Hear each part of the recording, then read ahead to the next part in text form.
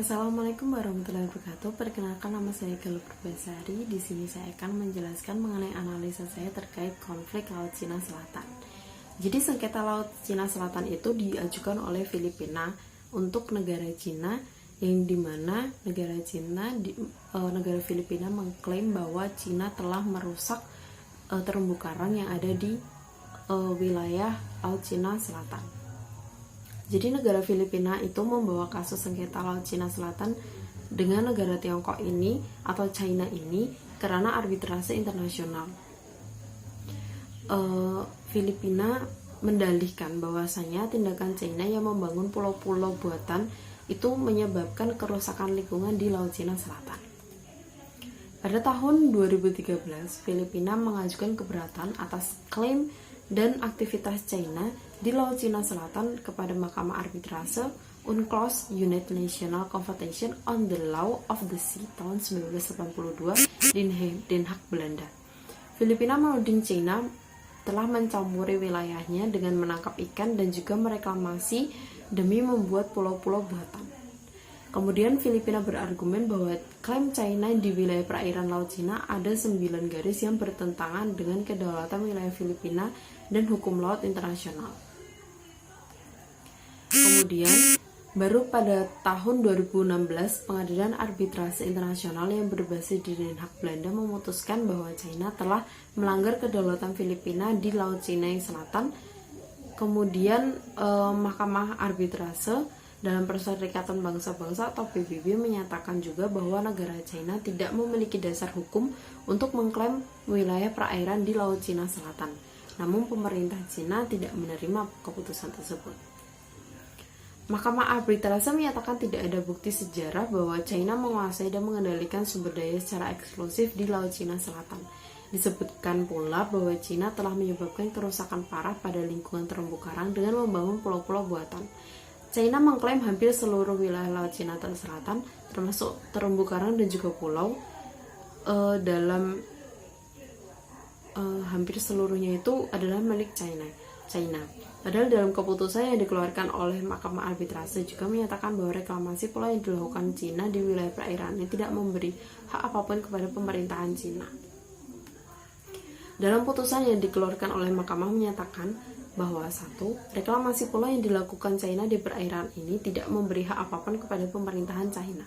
Yang kedua, China telah melakukan pelanggaran hak-hak atas kedaulatan Filipina dan menegaskan bahwa China telah menyebabkan kerusakan lingkungan di Laut Cina Selatan dengan membangun pulau-pulau buatan.